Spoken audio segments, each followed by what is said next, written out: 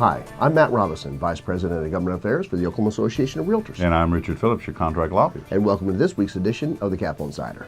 Richard, we've met the halfway point through the legislative session, and although we haven't had a lot of committee work this week, it was a busy week. It was. Had a lot of meetings. Right. And we're preparing for next week's committee work. That's right. And we're trying to get these bills prepared. Right. And, we met with Senator Stanislawski. Right. And over lunch, and Mike Craddock came down to visit with the Senator again about that sheriff's sale bill, House Bill 1707. And the Senator was very receptive to our concerns with that measure. Sure. And I think you realize how serious this No is. doubt. And we might want to be looking at this over the summer. Right. So I'm hoping that's where this goes. Also met with the authors of our notary bill. Right. That went really well. No And they're basically just waiting on us to prepare language. And that led to a meeting with the Tax Commission and fiscal staff and legal staff Right. to start drafting that language for next week. And we should have that completed very quickly. Looking forward to that.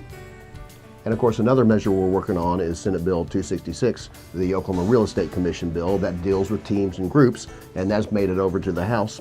Senator Newberry is the author in the Senate, Representative Eccles in the House, and some new news about that. Well, Charles Slabowski, the Executive Director of the Real Estate Commission, finally received some language from her.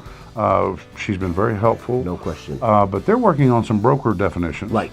And so we have that language now, and we'll incorporate it in the bill and should get that into committee fairly soon. Right.